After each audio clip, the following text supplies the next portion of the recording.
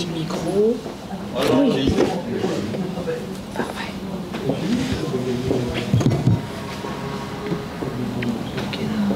Alors, bonsoir à tous. Aujourd'hui, la SASL, la Société agricole, scientifique et littéraire des Pyrénées-Orientales, a le grand honneur de recevoir 3 professeurs de l'université de Vic, Université centrale de Catalunya. Bon, moi déjà un mot que j'ai dit en catalan. Alors, donc, ces professeurs vont nous parler de Justin Peprač, que tout le monde connaît, mais peut-être pas justement, parce que c'est pour ça qu'on est là. Tout simplement parce que la SASL possède des manuscrits de la correspondance de Justin Peprač, et ce sont des lettres manuscrites qui sont inédites, qui n'ont jamais été donc publiées, et je crois que vous avez prévu d'ailleurs d'en faire une édition en partenariat avec l'université de Vic. Donc voilà, nous recevons 3 professeurs de notre province sœur, comme dit celui qui écrit la nécrologie en 1902, la nécrologie de Peprač, notre province sœur, la Catalogne. Donc, vous avez à votre gauche Núria Camps Casals, Irène Solanic Sanglas, oui, et Maria Ángels Verdaguer Pageros. Voilà. Merci infiniment. À vous la reine. Merci. Parfait. Bonsoir à tous et à toutes. On va tâcher de parler en français tout le temps, mais quand même, je ne sais pas si on fera quelques erreurs. Alors, je vous demande de nous pardonner. Nous sommes très ravis d'être ici aujourd'hui parce que, c'est un honneur d'être ici et que nous avons l'opportunité de parler sur un aspect de la recherche de la littérature catalane, que c'est la réception de la littérature catalane et les relations entre le Roussillon et la Catalogne. Justin Peprač était l'une des amies les plus importants, les plus bons amis de Jacint Verdaguer, que c'est le poète que nous travaillons à l'université de Vic. Alors, pour nous, c'est un honneur. Aujourd'hui, on va vous présenter cette correspondance inédite de Peprač à la Société agricole. Et alors, on va commencer par vous expliquer un peu qui était Justin Peprač. Peut-être vous, bien sûr, vous le connaissez déjà. Il est né à Céret le 6 mai 1828 et il est mort à Perpignan le 11 décembre 1901. Il était un érudit roussillonnais, écrivain, traducteur, et il fut l'un des membres les plus actifs de la Renaissance en Roussillon. Il a commencé son incursion dans l'étude de la langue et la culture catalane dans le cadre de la Renaissance roussillonnaise, et en particulier dans l'étude et les relations avec Jacint Verdaguer vers 1880. Il a publié souvent sous le pseudonyme Pau Farriol de Céret, et quant à sa propre production, il édite en 1880, accompagné d'une version française, le Ramallets de Proverbis, Maxime, refranys, adagis catalans choisis et disposés en quatuor.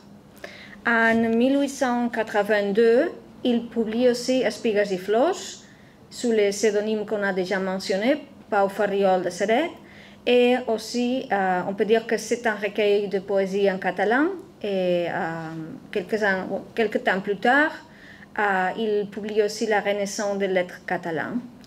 Finalement, en 1888, il publie le recueil de poèmes et de chansons dans le volume Pas de casa, et c'est son œuvre la plus remarquable.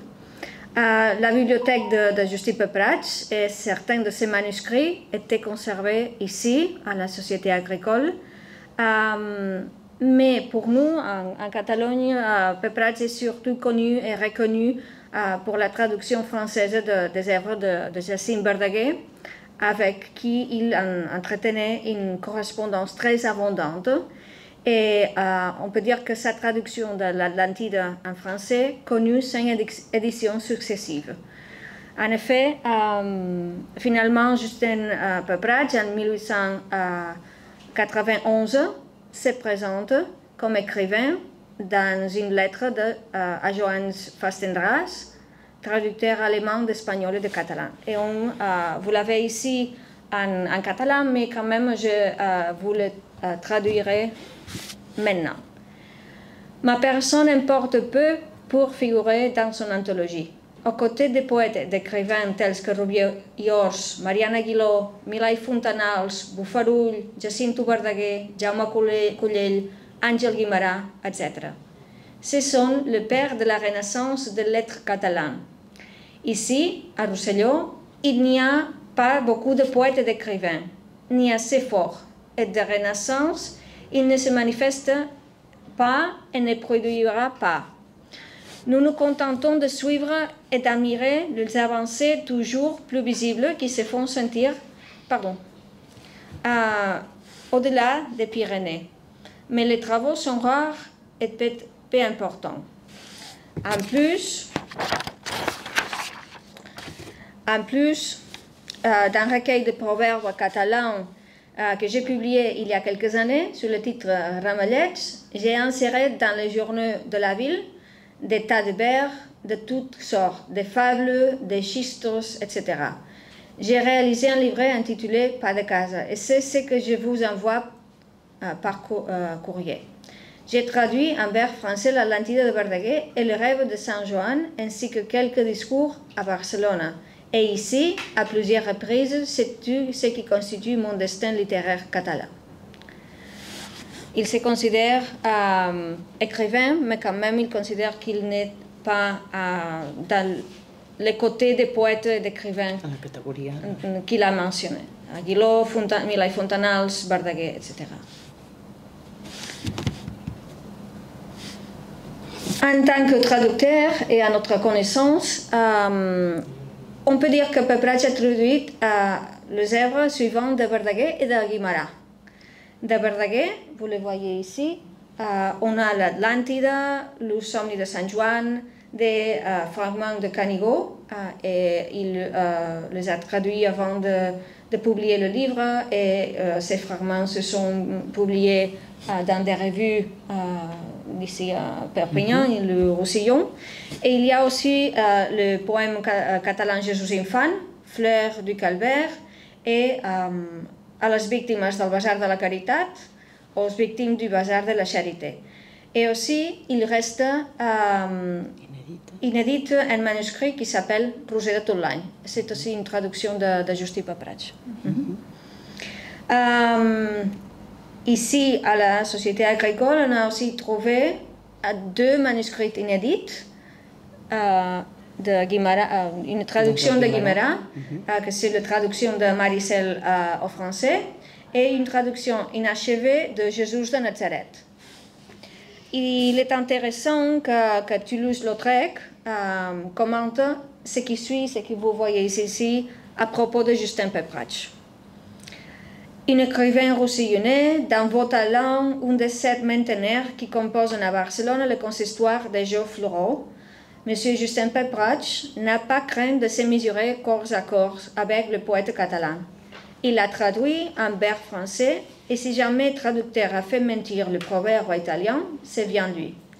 Le caractère de sa traduction est une personnalité généreuse, une complète abnégation. Il a suivi rigoureusement la forme des Cézanne et des Quatrains de Verdaguer et s'est appliqué à mettre en saillie le génie du poète et celui de la langue. Il a réussi, mais quelquefois à son détriment. En sa qualité de langue latine, le catalan ne redoute pas les inversions les plus hardies. Reproduites en français, elles ne sont pas sans quelque étrangeté. M. Pepratx n'ignorait pas, je l'espère, que le lecteur de ses poésies françaises et roussillonnaises, faciles et coulantes, et reconnaîtrait dans son grand travail un parti pris voulu et désintéressé. C'est Toulouse-Lautrec qui l'a dit à propos de Justin Peppradt et à propos de la traduction de l'Atlantide de Verdaguer. D'accord? Ici, dans la prochaine diapo, on voit les ouvrages et les études de Justin Peppradt sur la littérature catalane. Et ici, vous en avez 4. Comme vous voyez, c'est la Renaissance des lettres catalanes. C'est un discours qui est en partie français, partie catalan, qui a prononcé pendant le fête littéraire de Banyuls de la Marenda en 1883. Alors, on a aussi un discours de remerciement aux Jeux floraux de Barcelone. Et il y a 2 autres documents intéressants qui sont le rapport sur le concours de poésie catalan en 1886, que c'était un texte publié ici au bulletin de la Société agricole. Et finalement, Peppradt a aussi une étude bibliographique du nouveau poème catalan de Jacinto Verdaguer. À part de le traduire, il a aussi analysé le poème. Et ce que vous avez ici, c'est une description d'après M. Vidal qui décrit un peu ce que Peppradt fait. On sait la place distinguée qu'occupe notre compatriote parmi les écrivains de la Renaissance régionale. Cette place, on ne l'ignore pas non plus, il l'a acquise par ses études constatées de la langue et de la littérature catalane, par sa prédilection pour les auteurs catalans, mais surtout par ses traductions des œuvres remarquables que ces auteurs ont produites de nos jours. Alors, il était un écrivain très reconnu à la Catalogne, mais aussi un traducteur très reconnu.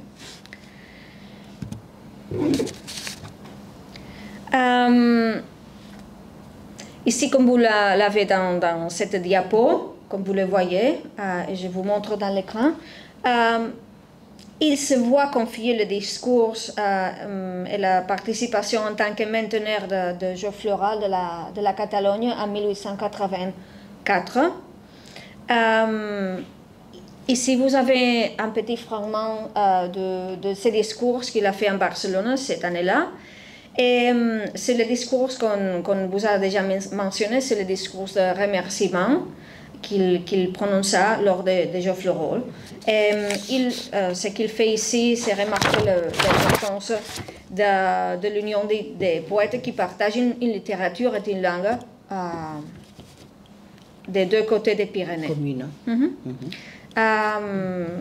Et ici, il remarque que la société agricole a contribué également à la renaissance littéraire. Ici, il mentionne la société agricole. Et je vous le traduis un peu. Un concours de poésie que feia. Oui, il y avait aussi un concours de poèmes et ce que Peppradt faisait, c'était offrir des cadeaux pour les concours de poésie. Et dans la société agricole aussi. Et dans la société agricole aussi. Je vous lis ma traduction de ce texte catalan que vous avez ici. Je représente ici, même si je suis un membre plus modeste, la célèbre Société agricole, scientifique et littéraire des Pyrénées-Orientales, qui, pour montrer combien elle est intéressante à vos yeux, la Renaissance catalane a hébergé la poésie catalane, avoué à ses concours annuels et contribué aujourd'hui, pour sa part, avec un prix stimulant pour le bien de cette foire littéraire, où elle a été invitée par la Société des Jeux floraux comme une sœur. Alors, la Société agricole, c'était une sœur de la Société des Jeux floraux de Barcelone. En mai 1883, certains de nous, c'était les écrivains qui se sont trouvés à Banyuls de la Marenda, ont osé, par une belle matinée, au tabord de Montserrat, sur la colline de Sant Jeroni, et aussi lors de cette journée inoubliable à Banyuls de la Marenda, où j'ai vu pour la première fois catalans de Valence, Majorque, Catalogne, de Rosselló et linguadiciens provençaux rassemblés et unis comme il se peut dans une abraçada pour du plus vivant et de l'expansion la plus franche. Alors c'était une rencontre des écrivains De toutes ces zones. De toutes ces zones, oui. Combien? Et ici, comme vous le voyez, c'est notre visite à Perpignan. En janvier dernier, nous sommes venus ici dans un cadre d'un séjour de recherche. Et nous avons eu, comme je vous ai déjà dit, le plaisir de visiter le siège de la société agricole. Et ici, vous pouvez voir un bref résumé du bout du séjour. C'est comme voulait, c'est que notre intention était voir des lettres autographes appartenant au fonds Justin Pepprach. Et on voulait ici aussi voir des manuscrits et on a l'opportunité de voir cette traduction de Maricel qui pour nous est très importante parce que c'est la première fois qu'on a vu une traduction complète au français de Guimara de Maricel. Elle n'est pas publiée, mais c'est intéressant de savoir qu'il y a des manuscrits de traduction complète de Verdaguer et de Guimerà ici à la Société agricole. A més de les cartes. En plus des lettres, évidemment. Les lettres sont aussi très intéressantes parce qu'il y a des lettres avec des écrivains très importants. Ces écrivains sont ceux que vous voyez ici dans l'écran. Et en outre, il y a par exemple le contrat de la traduction avec Hachette, la traduction qu'il a fait de l'Atlantide, ou du Canigó, c'était l'Atlantide de Verdaguer au français. Il y a aussi le contrat et toute l'information de toute la publication. Bon. Entrem en la correspondència. Comme vous voyez, nous avons trouvé des manuscrits de la correspondance de Pepprach avec des personnalités et des auteurs catalans. Nous avons pu cataloguer de manière plus ou moins approfondie les éléments suivants. Comme nous pouvons le constater, ils datent de 1883 et 1884, année où nous soulignons particulièrement la correspondance avec les intellectuels et les lettrés catalans que vous voyez ici. C'est Joaquim Riera i Bertran, Manuel Duran i Bas, Narcís Oller, qui est un des plus importants écrivains catalans, Jaume Collell, Joan Roig i Ballestà, Joan Serra Soler, Lluís Cutxet, Eusebi Güell, et les suivants qui sont des lettres ultérieures, avec Frédéric Soler, Maria Aguiló, Eduard Toda ou Claudi López. Nous connaissons également 8 lettres de Pepprach à Oller, découvertes dans un autre fonds qui pourrait être facilement recoupé et pourrait constituer une recherche future. Ce sont des lettres très intéressantes qui sont à Barcelone maintenant et on peut les recouper avec celles de la société. Ces lettres que nous soulignons de 1883 et 84 forment une unité pertinente car ils traitent de thèmes communs.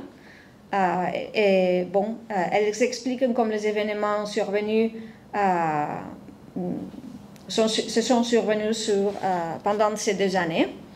Il y a aussi information sur la traduction française de l'Atlantide de Verdaguer et sa diffusion en Catalogne et en France.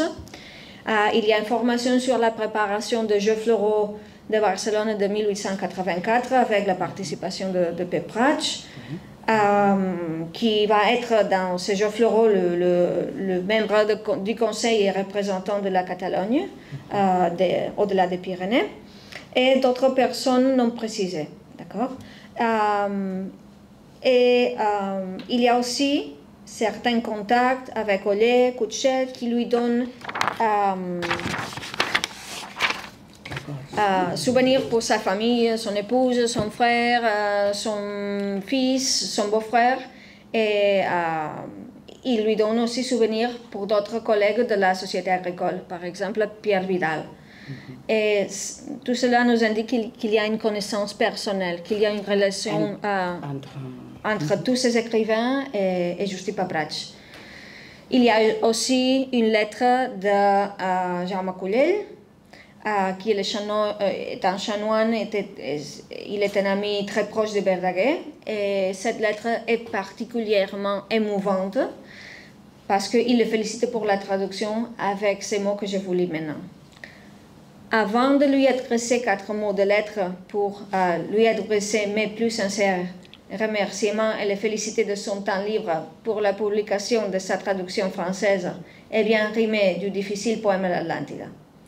Les efforts de génie que vous avez dû faire, peu de gens les connaîtront dans toute son intensité pour donner la juste valeur au travail que vous venez de faire. Cette traduction, à mon avis, est estimée du double point de vue littéraire et patriotique, en même temps qu'elle servira à accroître la renommée de notre cher Mossèn Jacint Verdaguer.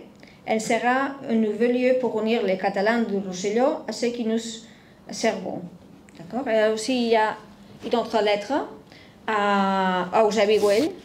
Eusebi Güell était le patron de Gaudí et il était aussi le patron de Verdaguer. Et Eusebi Güell a voyagé en Europe avec Verdaguer. Et ce que Güell fait, c'est remercier Pepprach pour ses volumes de la traduction qu'il lui a envoyé. Et c'est que je vais lire maintenant, c'est que Güell lui expliquait dans sa lettre. Mon voyage, tant d'aller qu'au retour, a été, Dieu merci, tout à fait heureux. Mossèn Verdaguer désirait de voir la grande capitale de la France et rester quelques jours à Paris, où il y aura sûrement vous, son ami Frédéric Mistral. I va haver-hi la trobada. Ils se sont retrouvés, oui. Finalement, nous savons que Pepprach a également reçu des lettres de différentes entités culturelles catalanes. Vous trouverez ci-dessus une liste de ce que nous avons pu identifier. Toutes ces lettres datent de 1884 et cette année était très importante pour Pepprach et pour la Renaissance rossellonnaise. Il y a des lettres avec la Real Academia de Buenas Letras, avec l'Associació d'Excursions Catalana, l'Associació Catalanista d'Excursions Científiques et avec le Consistori dels Jocs Florals de Barcelona. Il le remercie de lui avoir envoyé une copie de la traduction. Pepprach a imprimé beaucoup de copies de cette traduction et il l'a envoyé partout. Et ce que s'est passé, c'est que la Real Academia lui offre une médaille d'or qu'il pourra acheter. Bon, c'est une distinction, mais il doit l'acheter. Il doit payer 8 duros. 8 duros.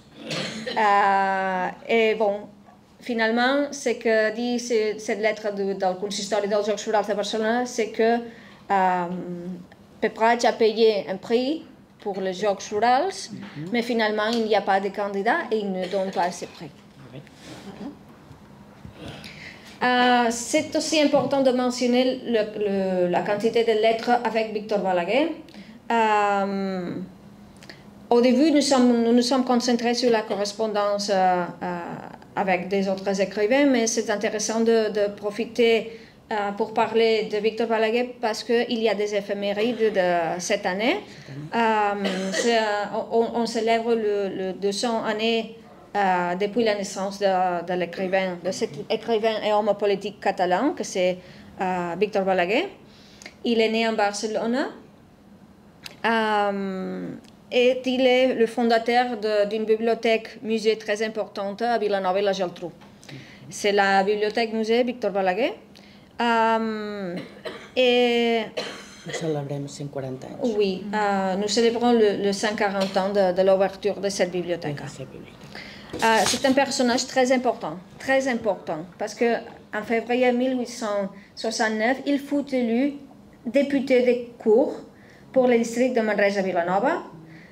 Il occupera ce poste jusqu'en 1889, date à laquelle, comme vous verrez ici, il fut nommé sénateur à vie en Espagne.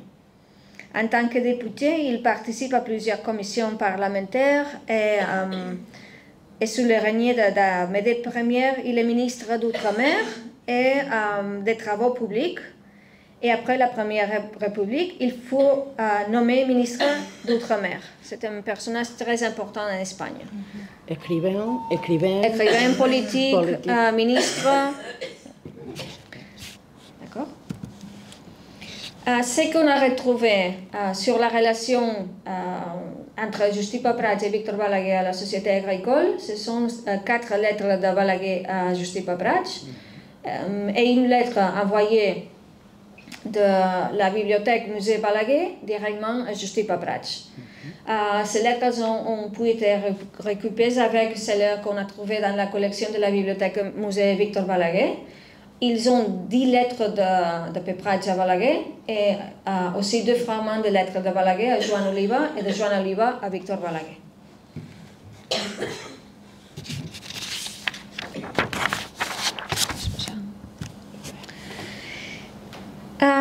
Ici à l'écran, vous voyez aussi la fiche de lettres de lettres croisées. Vous avez les dates ici. Ce que vous voyez marquées en noir sont les lettres que Balaguer et Oliva ont envoyées à Papratx et qui ont été trouvées à la Société agricole. Et ces marquées en bleu sont ceux que Papratx a envoyées à Balaguer et qu'on a pu lire ou qu'on a pu voir à la bibliothèque Víctor Balaguer à Vilanova i la Geltrú. Celles que vous avez entre parenthèses sont des lettres qui ont dû être perdues ou qui ne sont pas maintenant localisées, mais ces lettres font référence à à ce qui précède.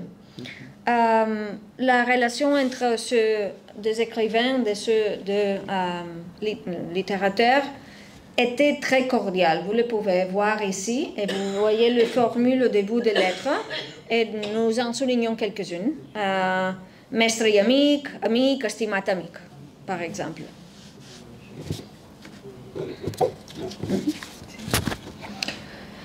Nous pouvons assurer qu'ils ont coïncidé au Joc Floraux de Barcelone en mai 1883, que c'était le jour du 25e anniversaire de la restauration Balaguer, de la restauration de Joc Floraux.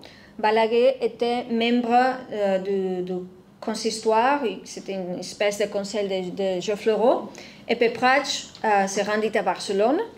En tant qu'invité, aussi, il était le représentant du Roussillon en Barcelone. Papratx était déjà allé à Barcelone en février de cette même année, en 1883. On ne sait pas s'ils se sont rencontrés à cette occasion, mais c'est certainement là, dans ces moments-là, où il est né l'idée de célébrer le fête de Banyuls de la Marenda.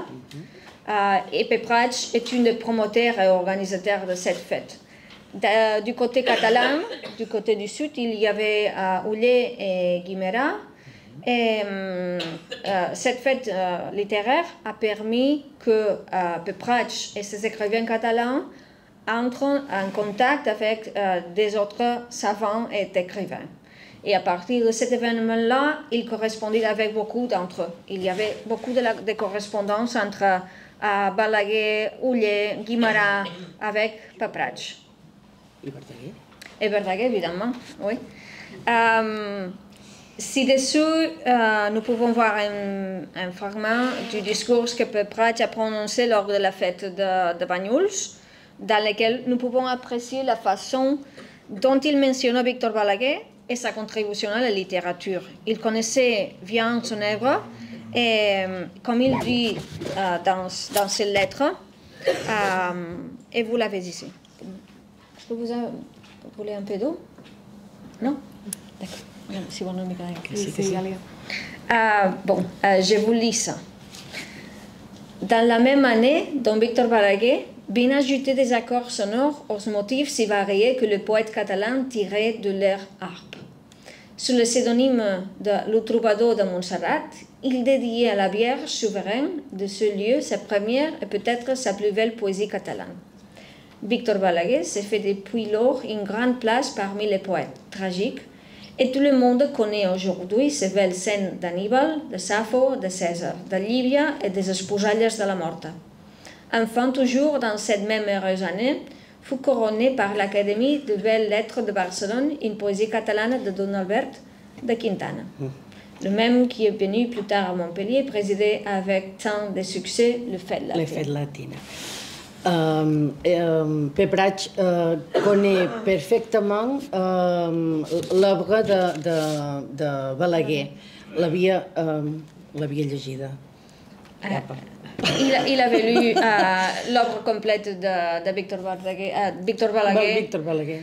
Et bon, on le sait parce qu'il fait référence à toutes les œuvres de Balaguer, il fait des commentaires. Cambiame? Oui. Bon, un peu plus d'informations sur la relation de Justí Pepratx et Víctor Balaguer. Pepratx et Balaguer, comme je vous ai déjà mentionné, devaient coïncider aux Jeux Floraux de Barcelone.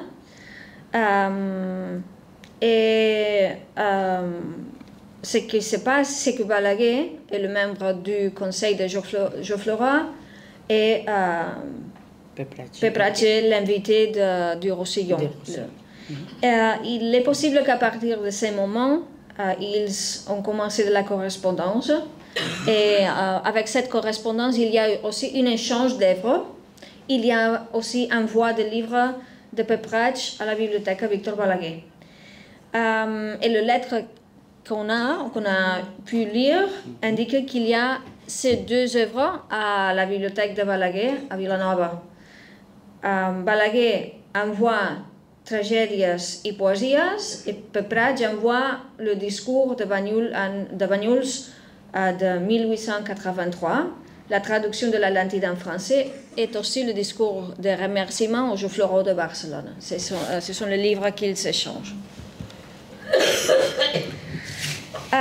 Il y a aussi dans ces correspondances place aux félicitations.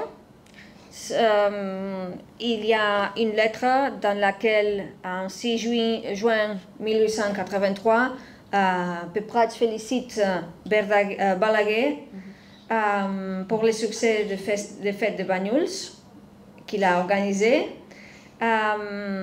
Et aussi, il y a une autre lettre dans laquelle Pepratx félicite Balaguer pour sa nomination comme président du Conseil d'État.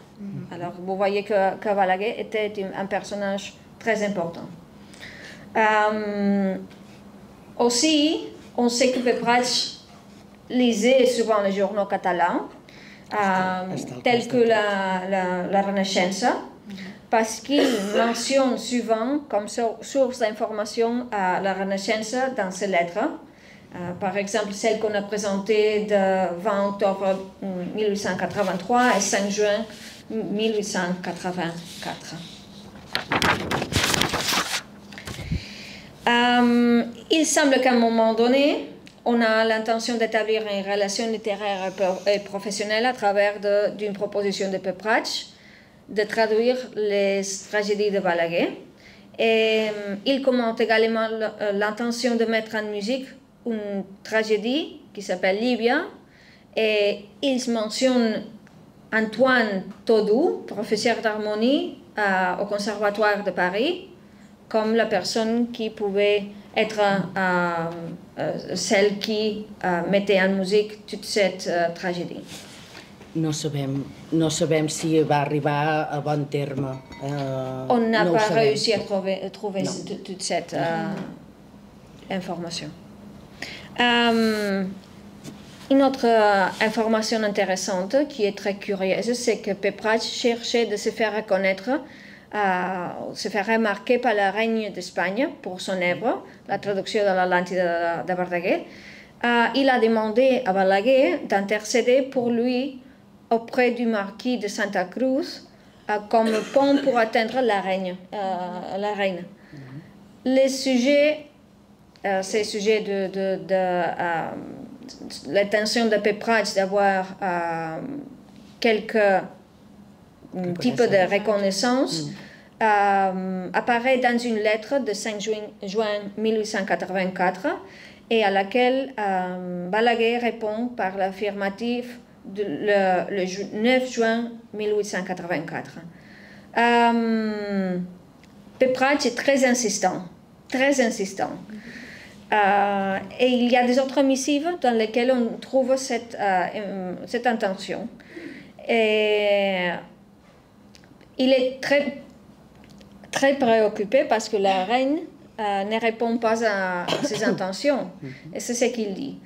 Ce que je ne peux pas comprendre, c'est que Madame la reine ait accepté mon dévouement et ma donation sans me remercier avec seulement 4 traits de sa main, comme l'aurait fait en son temps notre magnifique et aussi sainte impératrice, qui avait du cœur, français et espagnol, avec le sang vraiment espagnol. Elle ne peut pas me devoir. La correspondance qu'on a pu retracer se termine par une lettre de Balaguer à Peprac, datée du 6 août 1884, dans laquelle il le remercie d'avoir envoyé des livres à la bibliothèque Balaguer en juin. Balaguer, en outre, raconte à Peprac qu'il y aura un voyage imminent à Pontevedra et qu'il pourra insister sur la question de la distinction. D'accord? C'est ce qu'il dit. I tampoc sabem com va acabar. Non, on ne sait pas si finalement il a réussi à avoir cette distinction. Mais ce que Balaguer dit, le ministre d'État prend les eaux d'Ondaria, qu'il est fort possible qu'il puisse voir, et je lui parlerai fermement du prix que méritent les œuvres littéraires que vous... que vous avez fait. Et alors, il lui explique qu'il y a un autre marquis qui peut faire le contact avec la reine. Mais l'effet no se sap. Ici, vous avez plus d'informations sur les lettres dans lesquelles Peprac annonce l'envoi des livres à la bibliothèque musée Victor Balaguer. Et il les envoie quelques mois avant leur retour officiel de cette bibliothèque.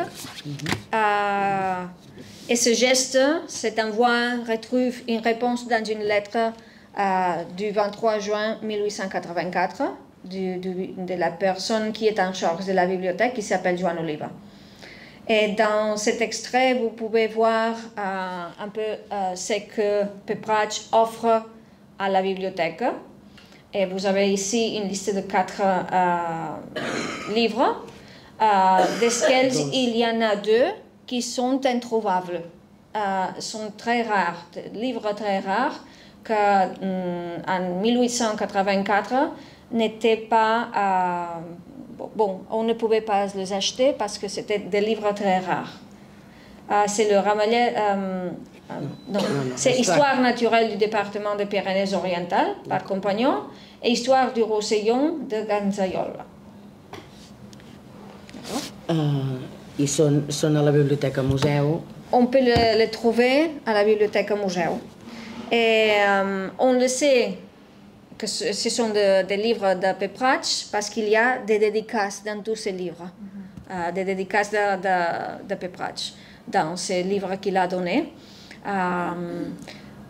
Par exemple, a Ramallets, vous voyez ici a l'excel·lentíssim senyor Don Víctor Balaguer, mestre en gai saber, son aficionat admirador Justí Peprac, Perpinyà, 1880, o l'Atlantida, a l'excel·lentíssim senyor Don Víctor Balaguer, humil record de son admirador i devot amic, Justí Peprac, o une autre... Aquestes dues són de Víctor Balaguer. Oui, il y en a 2 qui sont envoyés directement à Victor Balaguer et l'autre est dédicacé à la bibliothèque Balaguer de Villanueva i Geltrú, hommage de l'auteur de la traduction Justin Peprac, en 1884, juste l'année qu'il l'a publié. Et alors, il y a aussi ces 2 livres qu'on vous a expliqué qui sont presque introuvables, que c'est l'histoire du Roussillon, publié et augmenté de quelques nouveaux documents historiques par le je sais pas, bon, Guiraud, Baron Guiraud de Saint-Marçal. Et alors, vous avez ici l'autre livre qu'on a trouvé à Villeneuve-la-Geltrú, que c'est l'histoire naturelle du département des Pyrénées-Orientales de Louis Compagnon. Et ce sont des dons de Pepratx à cette bibliothèque. Et ils se préservent là. A la Biblioteca Museu, sí.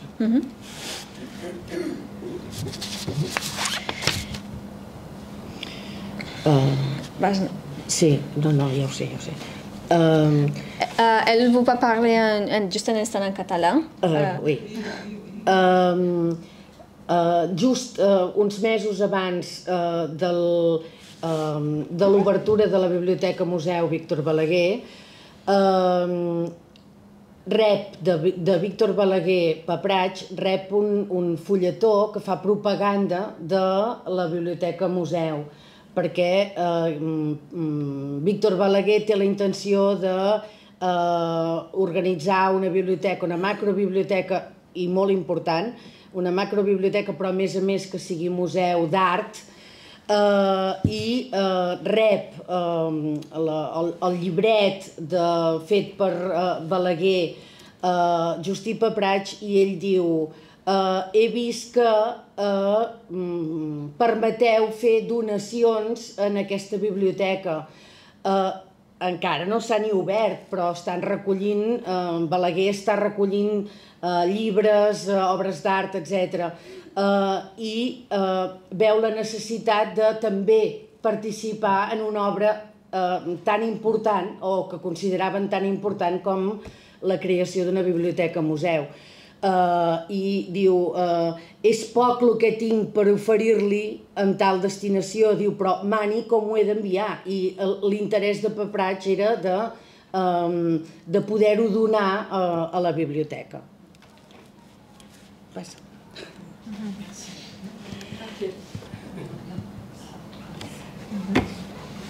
Merci. Et finalement, la bibliographie. Merci de votre attention.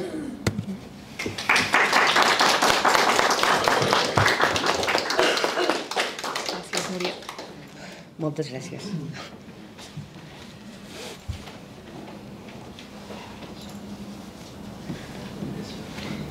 Esperem que us hagi agradat, perquè nosaltres estem molt agraïdes de l'acollida a Perpinyà, molt agraïdes dels dies que vam ser aquí i de la possibilitat... I dels membres de la societat que ens han acollit. L'acollida no podem donar més que gràcies. C'est nous. Merci d'avoir parlé catalan, parce qu'on dit l'accent catalan de la République française et on n'entendait que l'accent français du Roussillon. Donc merci infiniment, parce que c'était extrêmement intéressant. On voit que Perpignan possède des éléments qui font que, comment dire, il peut y avoir vraiment une correspondance dans tous les sens du terme avec la Catalogne d'Espagne.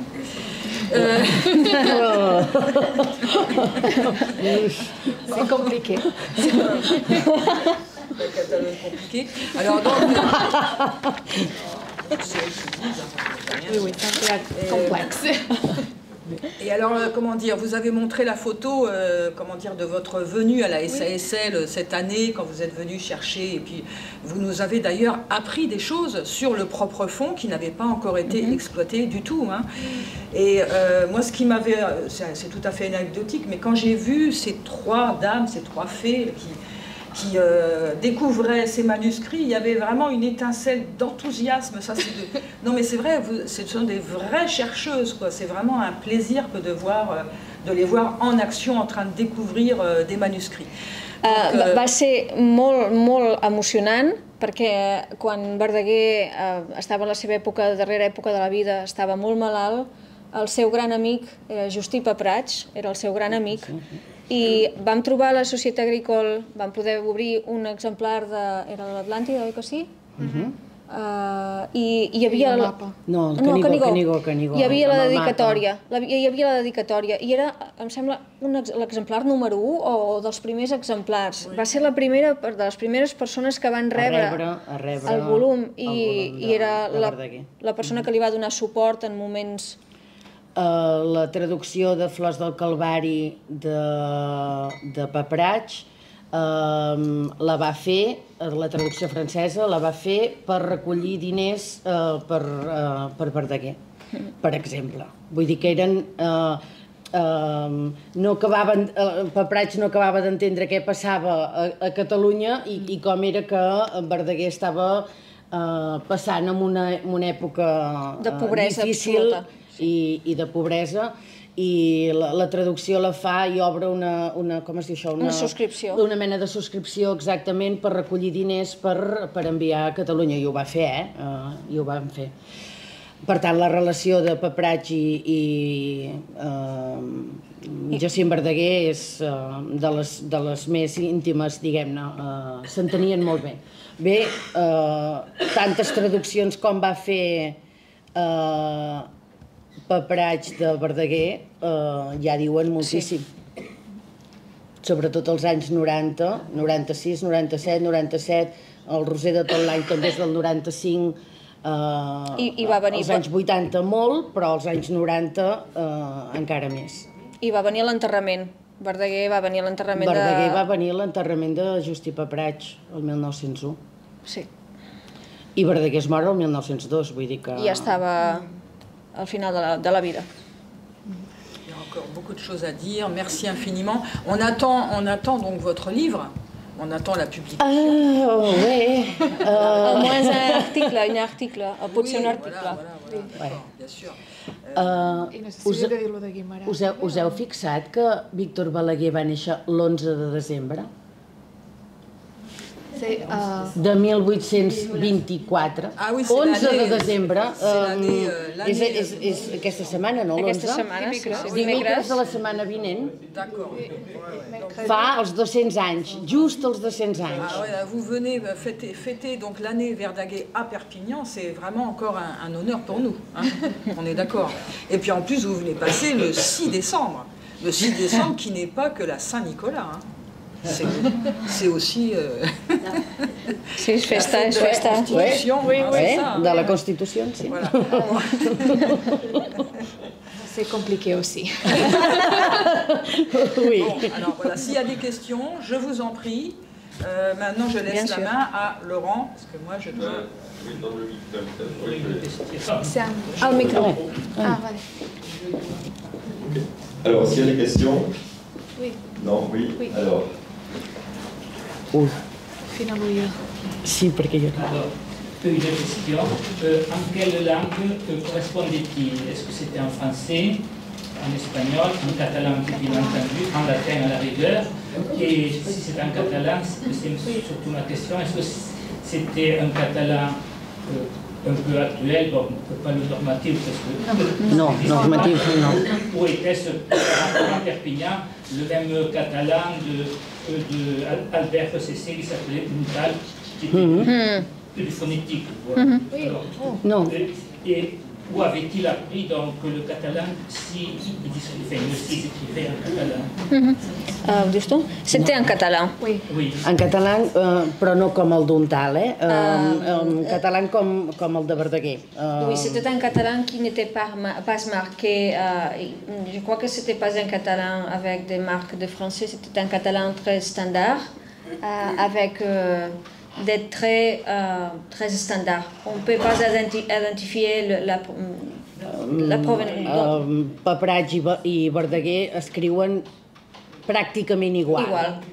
És un català molt estàndard, un català molt culte. Est-ce qu'on sait où il l'aurait appris? Parce qu'à cette époque-là, la plupart des Roussillonnais On ne sait pas. n'avaient pas appris à l'écrire. Ils le parlaient, phonétiquement, mais en fait, No ho sé, perquè a més ve de família de França, vull dir que no és família rossellonesa de tota la vida. Il n'était pas d'origine roussillonnaise, je crois qu'il venait du nord. Oui. La família, sí.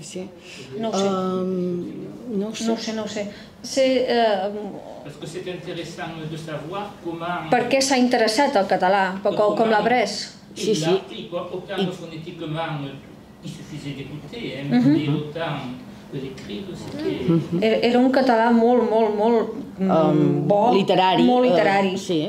No era un català que es parlés en un context de casa. Fins i tot en les traduccions de Guimerà es veia molt que a vegades se li escapaven catalanades dintre i estructures molt catalanes dintre del francès. De la traducció francesa. C'est qu'on a découvert, quand on a analysé la traduction de Maricel, de Peprat, c'est qu'il utilisait des expressions très catalanes, très marquées. Il n'y avait pas de traces de... Va llegir moltíssim. No sé si és a partir de la lectura, sobretot. No? De llegir. Le catalan eux-mêmes oral était bon. C'est dans les années 20 ou 30 que c'était bien mélangé avec du français. Par contre, les expressions, mais c'était d'apprendre à l'écrire. Bon, où est-ce qu'il avait fait? Il était peut-être allé à Barcelone. C'était un érudit. Era un erudit, sí. À la même époque. A partir sobretot de la lectura, deu ser. És una bona pregunta. Sí, és una bona pregunta. Il écrit en traduction. Et lui peut-être, mais non, era una persona de posició acomodada.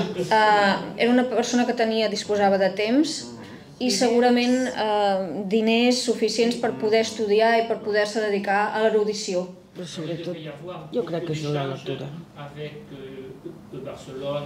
C'est possible, oui. És possible. Déjà, on voit qu'en 1880, il y a des correspondances, donc certainement bien avant même, avec les auteurs catalans, etc. Ce que c'est surprenant, c'est qu'on n'a pas trouvé de la correspondance avec Verdaguer, ici à la Société. On pensait... No, però comença també en aquesta època. Oui, la correspondance avec Verdaguer commence aussi à moitié de 1880. 70 llargs. 70. Et alors, avant ça, on n'a retrouvé rien. Hi ha com llacunes, no? Perquè de Guimarães... Però coneixia la literatura, Peperaig coneixia la literatura anterior catalana, vull dir que el seu interès, havia llegit Balaguer coses que publica als anys 50 i 60 del segle XIX.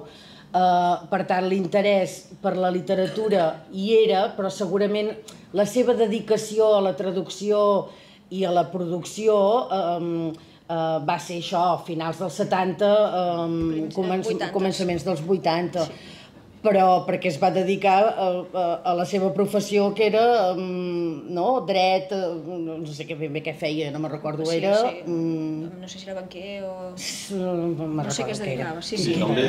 També Balaguer és molt a prop de Félibrige, de la banda de Mistral, i va fer estades aquí dalt. La Copa Santa sí.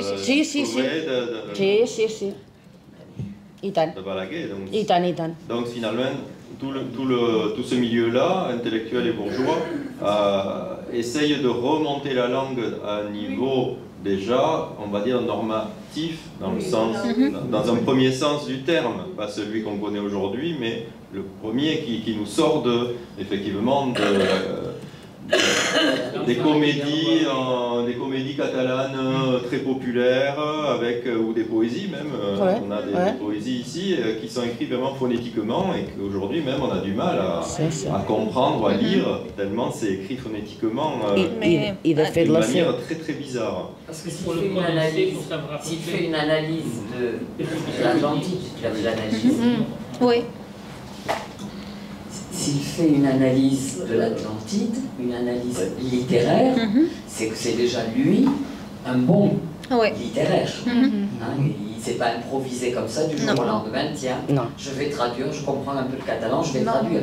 Non, il connaissait très bien, très bien. Il n'a pas eu besoin d'apprendre avec quiconque. Ici, il y a beaucoup de gens qui parlaient catalan bien. En 1850, 60, 70, les gens parlaient bien. Il y avait ceux qui parlaient phonétiquement, il y en avait, le genre littéraire existait dans la région. Brigitte?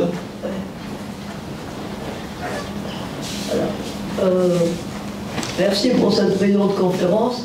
Alors, j'ai une petite anecdote. J'ai connu le fils, Péprats. Oui. Je voulais savoir en quoi le fils a prolongé cette renaissance roussillonnaise ou, au contraire, comment ça s'est prolongé parce que le fils a été en admiration devant le père. Uf!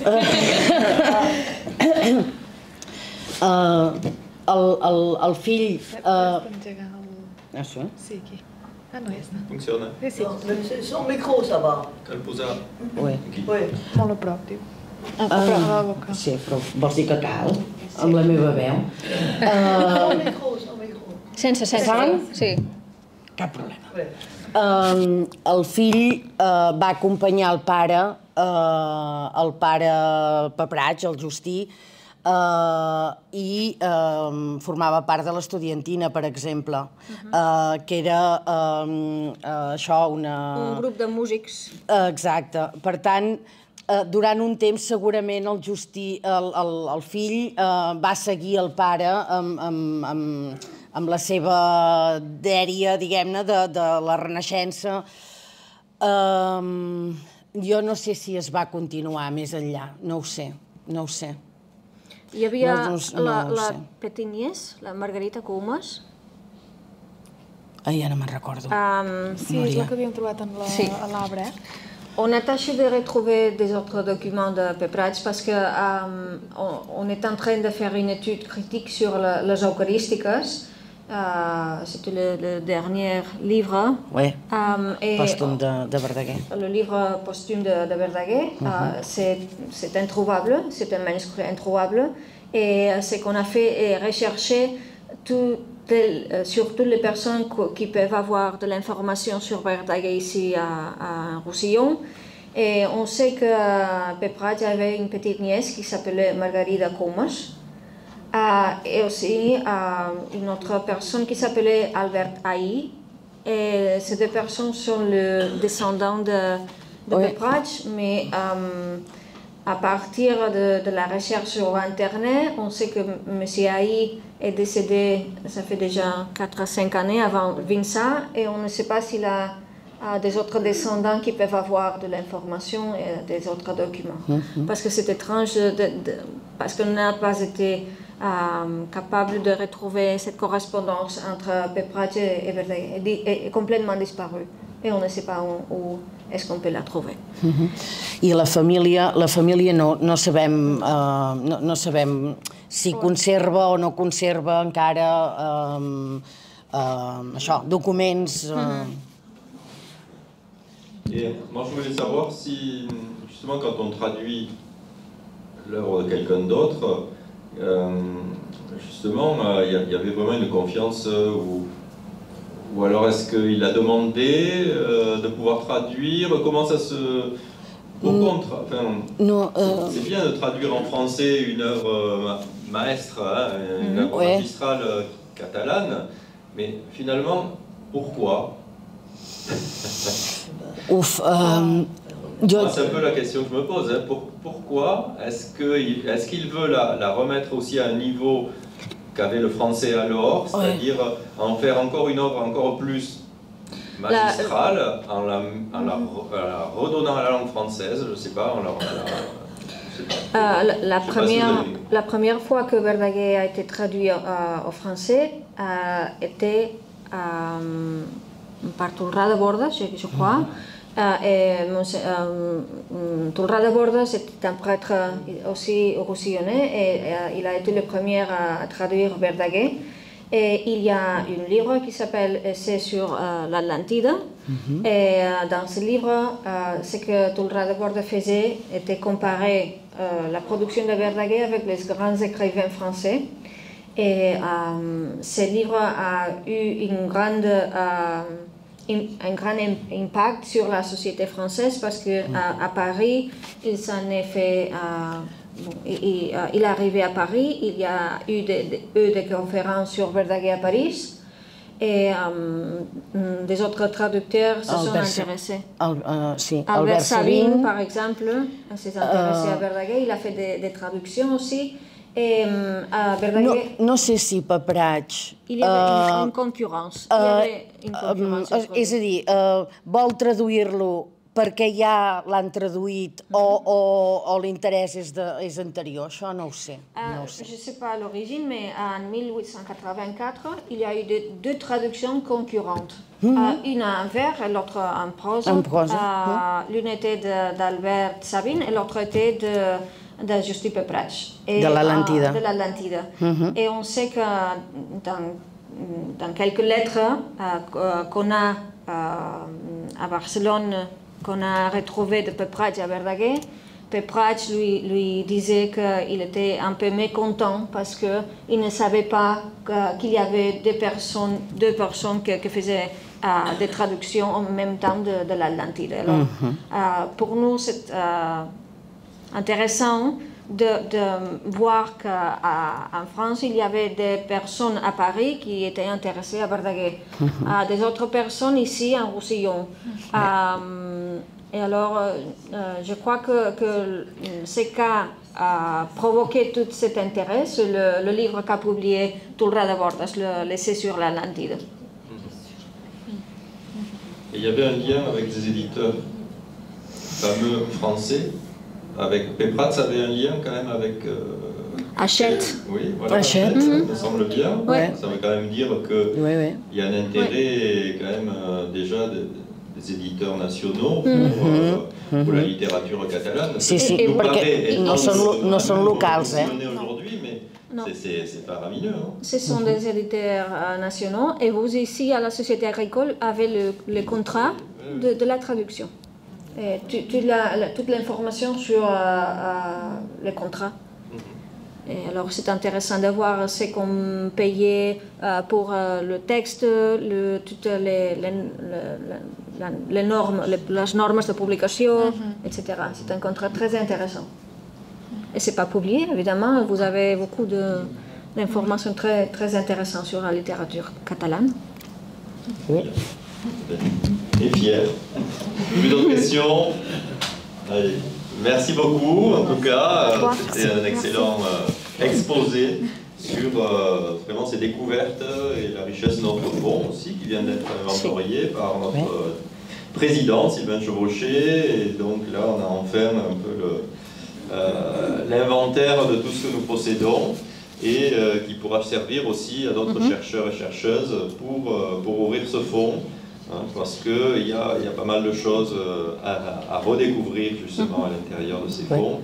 Et j'espère aussi qu'on découvrira d'autres fonds et qu'on arrivera à les sauver aussi, parce que forcément dans les familles, il y a beaucoup de pertes de fonds, parce que les gens ne savent plus trop si ça a de l'intérêt ou pas, alors que vraiment on se rend compte grâce à vous que ça a un réel intérêt, un intérêt beaucoup plus large que le simple territoire du Roussillon. Ça va beaucoup plus loin, donc vraiment il faut faire attention et nous sommes tous les acteurs de cette sauvegarde, je vous le signale. Nous pouvons tous agir. Alors la prochaine conférence... La prochaine conférence, ça sera le 24 janvier. Essayez de venir avec des amis plus nombreux et ça c'est intéressant. C'est parce que c'est donné par le directeur de l'observatoire océanologique non.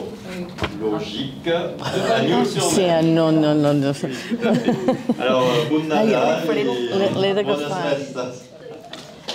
bones festes. No sé si els hem d'anar, si han fet alguna foto. Una mica descrit per l'apunt. Est-ce que vous avez pris des photos? Non. Sí que n'ha fet. No, hem fet una vídeo, però... Posem el que es vegi la coberta. Perdona, sí. Sí. No?